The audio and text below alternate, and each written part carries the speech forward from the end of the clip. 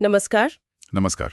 आज हमारे सामने ना हाल ही में छपी कुछ किताबों की एक काफी लंबी और दिलचस्प लिस्ट है। हाँ, लिस्ट तो है।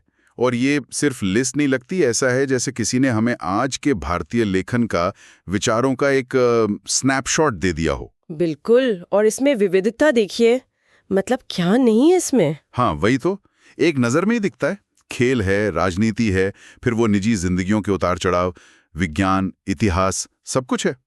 तो आज हम यही कोशिश करेंगे, है ना। हाँ, देखें कि कौन लिख रहा है, क्या लिखा जा रहा है, कौन से विषय आजकल मतलब ज्यादा छाए हुए हैं। और ये ट्रेंड्स हमें क्या बताते हैं आज के माहौल के बारे में। बिल्कुल, क्योंकि कुछ नाम तो एकदम से ध्यान खींचते हैं। जैसे एक तरफ शिखर धवन की किताब है, the one, cricket, my life and more. हाँ, और अश्विन की भी है, आई हैव द स्ट्रीट्स, अ कुट्टी क्रिकेट स्टोरी। क्रिकेट वाली किताबें। और दूसरी तरफ देखिए, पूर्व राष्ट्रपति रामनाथ कोविंद द्वारा जारी नए भारत का सामवेद। हाँ, और एमजे अकबर की गांधी पर, गांधी ए लाइफ इन 3 कैंपेन्स। हाँ। मतलब कितने अलग छोर हैं। और फिर वो चित्रा बनर्जी की अनकॉमन लव, सुधा और नारायण मूर्ति पर। सही। और अनिल रतूड़ी की खाकी में स्थित प्रज्ञा। ये जो मिश्रण है ना, यही इसे खास बनाता है। तो चलिए थोड़ा और गौर से देखते हैं इसको, क्या चीजें उभर कर आ रही हैं। हाँ, तो सबसे पहली चीज जो मुझे लगता है साफ दिख रही है, वो है व्यक्तिगत कहानियां। मतलब अपनी कहानी कहने का चलन। हाँ, आत्मकथाएं, जीवनियां, संस्मरण, लगता है जैसे इनकी बाढ़ सी आ गई है। बिल्कुल। खेल जगत से ही देखें तो धवन और अश्विन तो है ही, पूजा पुजारा की किताब भी है, the diary of a cricketers wife. हाँ, ये एक अलग नजरिया है। एकदम, मतलब कैमरे की चमक से हटकर एक खिलाड़ी के जीवन साथी की दुनिया। ये क्या सिर्फ सेलिब्रिटी कल्चर है या कुछ और भी है इसमें? मेरे ख्याल से दोनों चीजें हैं। देखिए, मशहूर लोगों की जिंदगी में तो दिलचस्पी होती है लोगों की, हाँ वो तो है। लेकिन ये सिर्फ गॉसिप नहीं होती अक्सर। जैसे अश्विन की कुट्टी क्रिकेट स्टोरी, शायद उनके शुरुआती दिनों की कहानी हो, गली क्रिकेट का जुनून। अच्छा। धवन की किताब, उनके करियर के उतार चढ़ाव, निजी जीवन, ये सब हो सकता है। और पूजा पुजारा की डायरी, हाँ। वो शायद उस अनकहे दबाव, त्याग, साझेदारी की बात करती हों जो पर्दे के पीछे रहती है। सही। और इसी तरह पीएस रमन की Leo, the untold story of Chennai Super Kings, वो भी तो एक टीम की कहानी है जो बनती तो व्यक्तिगत अनुभवों से ही है। हाँ, और ये सिर्फ क्रिकेट तक ही नहीं है, शेन वॉटसन की विनर्स माइंडसेट भी है, वो खेल मनोविज्ञान पर। हाँ, वो एक अंतर्राष्ट्रीय नजरिया हो गया। और फिर वो मार्च ऑफ ग्लोरी है, के अरुमुगम और एरोल डी क्रूज की, शायद हॉकी या किसी और खेल पर हो। हाँ, जहाँ कहानियां अक्सर अनसुनी रह जाती हैं। सही कहा। और ये जो अपनी कहानी कहने का सिलसिला है ना, ये खेल के मैदान से निकलकर वर्दी में भी पहुंचता है। अच्छा। जैसे पूर्व सेना प्रमुख जनरल नरवणे की किताब 4 स्टार्स ऑफ डेस्टिनी। हाँ हाँ, पढ़ा था इसके बारे में। और हरियाणा के राज्यपाल बंडारू दत्तात्रेय की आत्मकथा, जनता की कहानी, अपने अपने क्षेत्र के शिखर से अनुभव। और वो अनिल रतूड़ी वाली खाकी में स्थित प्रज्ञा, उसका शीर्षक ही बड़ा दिलचस्प है। हाँ, स्थित प्रज्ञ, मतलब मुश्किल हालात में भी शांत, स्थिर। ये शायद पुलिस सेवा के भारी दबाव, नैतिक दुविधाओं, इनके बीच संतुलन साधने की बात करती हो। वाह, ये तो काफी गहरा विषय लगता है ही। और साक्षी मलिक की विटनेस भी है, ये किस बारे में हो सकती है? कुश्ती या कुछ और? शायद दोनों का मिश्रण हो। उनके अनुभव, उनका संघर्ष, ये जो व्यक्तिगत गाथाएं हैं ना, ये हमें उन दुनियाओं की झलक देती हैं जिनसे हम सीधे तौर पर शायद वाकिफ नहीं होते। सही। इसी तरह अकादमिक जगत से अमिताभ कुमार की माय बिलवड लाइफ, या वैज्ञानिक सुदीप्ता सेनगुप्ता की ब्रेकिंग रॉक्स एंड बैरियर्स। हाँ, इनका जिक्र पहले भी हुआ था। ये सिर्फ उनकी निजी यात्राएं नहीं है, बल्कि उनके काम, उनके जुनून, उनकी चुनौतियों को भी दिखाती हैं। और मनोरंजन जगत कैसे पीछे रहता, मनोज बाजपेयी पर पीयूष पांडे की किताब, और विवेक अग्निहोत्री की the book of life, my dance with Buddha, यहाँ तक कि ट्विंकल खन्ना की वेलकम टू पैराडाइज, और आलिया भट्ट की बच्चों की किताब एड फाइंड्स अ होम। हाँ, मतलब ऐसा लगता है जैसे हर कोई अपनी कहानी सुनाना चाह रहा है। और सुनानी भी चाहिए, हर अनुभव मायने रखता है। जैसे वो चित्रा बनर्जी वाली किताब एन अनकॉमन लव, हाँ, सुधा और नारायण मूर्ति पर। वो सिर्फ एक प्रेम कहानी नहीं है, वो उस दौर की कहानी है जब भारत में आईटी क्रांति की नींव रखी जा रही थी। अच्छा। हाँ, वो दिखाती है कि कैसे निजी रिश्ते और पेशेवर सपने मिलकर कुछ बड़ा बना सकते हैं। इसी तरह एस रमन की from a car shed to the corner, ये भी किसी उद्यमी के जमीनी संघर्ष की कहानी लगती है। बिल गेट्स की सोर्स कोड माय बिगिनिंग्स भी है। हाँ। वो भी इसी कड़ी में जुड़ती है। बिल्कुल। एक ग्लोबल हस्ती अपनी जड़ों को देख रहा है। तो ये जो व्यक्तिगत कहानियों का उभार है, ये सिर्फ नामचीन लोगों तक नहीं है, बल्कि अलग अलग फील्ड के अनुभवों को सामने ला रहा है। बिल्कुल। लेकिन इस लिस्ट में एक और मजबूत धारा है, वो है भारत को समझने समझाने की कोशिश, इतिहास, राजनीति, भविष्य। हाँ, बिल्कुल सही। और यहाँ भी नजरियों की काफी वैरायटी है ना? एक तरफ तो पूर्व राष्ट्रपति द्वारा जारी नए भारत का सामवेद है, हाँ। जो प्रधानमंत्री मोदी के संविधान पर दिए भाषणों का संकलन है। हाँ, ये सरकार का दृष्टिकोण दिखाता है। और दूसरी तरफ एमजे अकबर की Gandhi a life in 3 campaigns, वो गांधी जी के जीवन को उनके 3 बड़े आंदोलनों से देखती है, असहयोग, नमक सत्याग्रह और भारत छोड़ो। हाँ, और फिर अरुण शौरी की the new icon, Savarkar and the facts भी है। हाँ, मतलब एक ही लिस्ट में गांधी और सावरकर पर किताबें, ये आज के राजनीतिक माहौल की तरफ इशारा है क्या? निश्चित रूप से।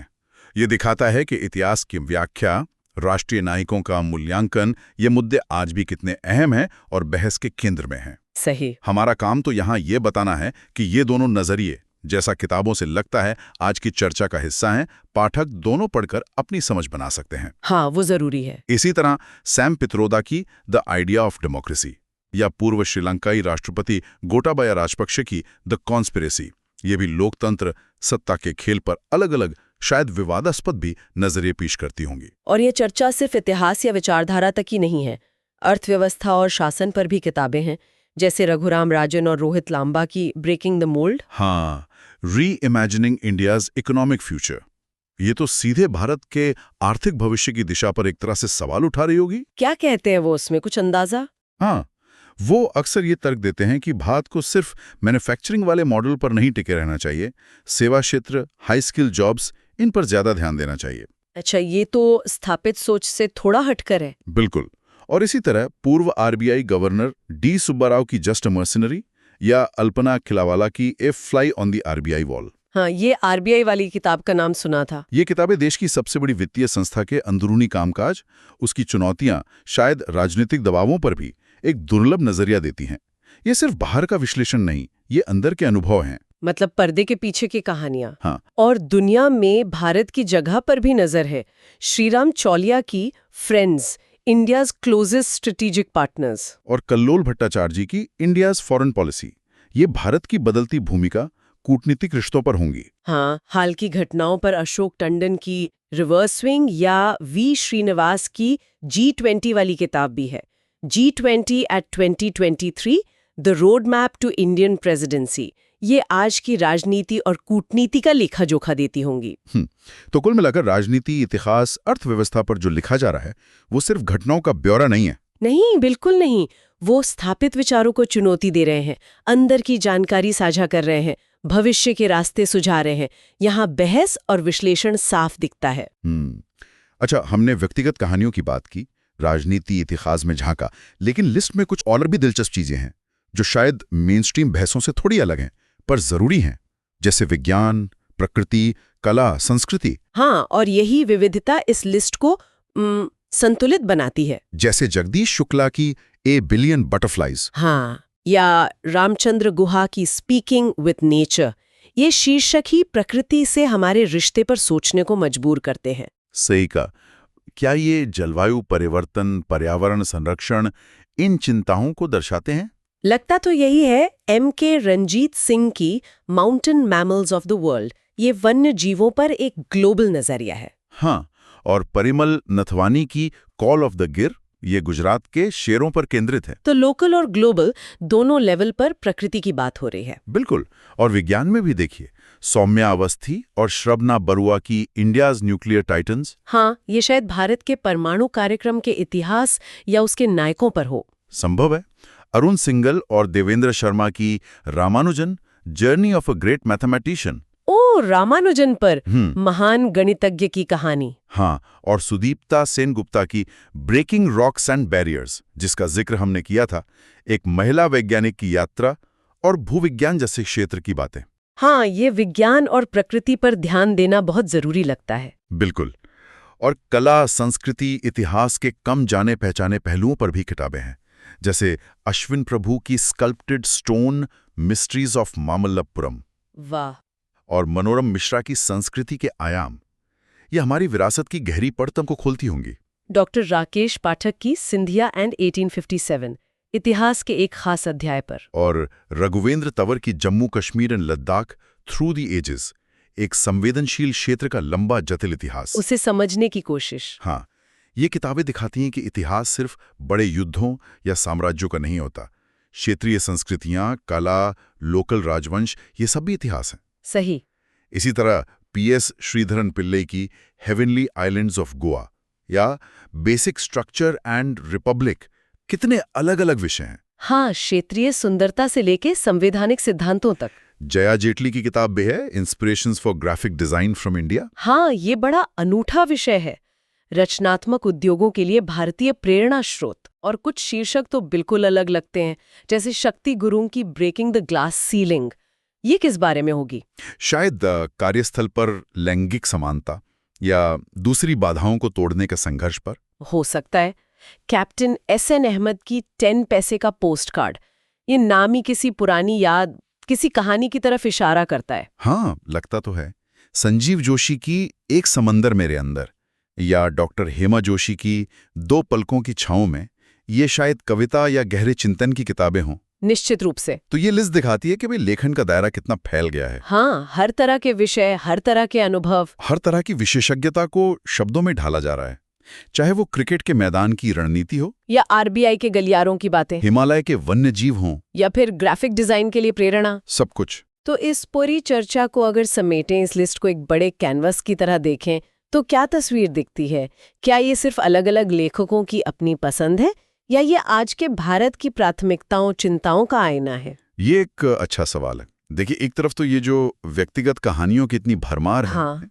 ये शायद दिखाती हैं कि लोग अब अपनी पहचान, अपने अनुभवों को खुलकर बताना चाहते हैं, चाहे वो किसी भी फील्ड से हो, सेलिब्रिटी हो या आम पेशेवर। ठीक है। दूसरी तरफ राजनीति, इतिहास, अर्थव्यवस्था पर इतनी सारी और इतने अलग अलग नजरिए वाली किताबें, ये शायद दिखाती हैं कि भारत अपने आज और कल को लेकर एक गहरे आत्ममंथन के दौर से गुजर रहा है। पुरानी धारणाओं पर सवाल उठ रहे हैं, नए रास्ते तलाशे जा रहे हैं। बिल्कुल। और साथ ही विज्ञान, पर्यावरण, कला, संस्कृति जैसे विषयों पर ध्यान देना ये भी बताता है कि हमारी चिंताएं और रुचियां सिर्फ आज की राजनीतिक बहसों तक ही सीमित नहीं है। तो ये विविधता ही शायद सबसे बड़ी कहानी है। हाँ, मुझे तो यही लगता है। यहाँ कोई एक नैरेटिव हावी नहीं है, कई धाराएं एक साथ बह रही हैं। क्रिकेट की दीवानगी भी है और संवैधानिक मूल्यों पर चिंतन भी। कॉर्पोरेट सफलता की कहानियां भी हैं और पर्यावरण की चिंता भी। व्यक्तिगत संघर्षों के बयान भी हैं और राष्ट्रीय भविष्य पर बहस भी। सही। तो ये लिस्ट हमें सिर्फ ये नहीं बताती कि कौन सी किताबें पढ़नी है, बल्कि ये हमें सोचने पर मजबूर करती है कि हम एक समाज के तौर पर किन सवालों से जूझ रहे हैं, किन कहानियों को अहमियत दे रहे हैं और किन दिशाओं में देख रहे हैं। हाँ, और यही शायद किसी भी पाठक के लिए सबसे दिलचस्प टेक अवे है जब हम इन सब टाइटल्स को एक साथ देखते हैं, नए भारत का सामवेद से लेकर वेलकम टू पैराडाइज तक, ब्रेकिंग द मोल्ड से लेकर द बुक ऑफ कंपैशन जो दलाई लामा और कैलाश सत्यार्थी की है। हाँ। तो सवाल उठता है, आज के भारत में महत्वपूर्ण किसे माना जा रहा है? क्या ये सिर्फ बाजार की मांग है, या ये उन विचारों और आवाजों का प्रतिबिंब है जिन्हें हम भविष्य के लिए सहेजना चाहते हैं? इस पर सोचना वाकई दिलचस्प होगा। सही कहा। पाठकों के लिए सोचने के लिए एक बेहतरीन नुक्ता। इस गहरी पड़ताल के लिए धन्यवाद। शुक्रिया।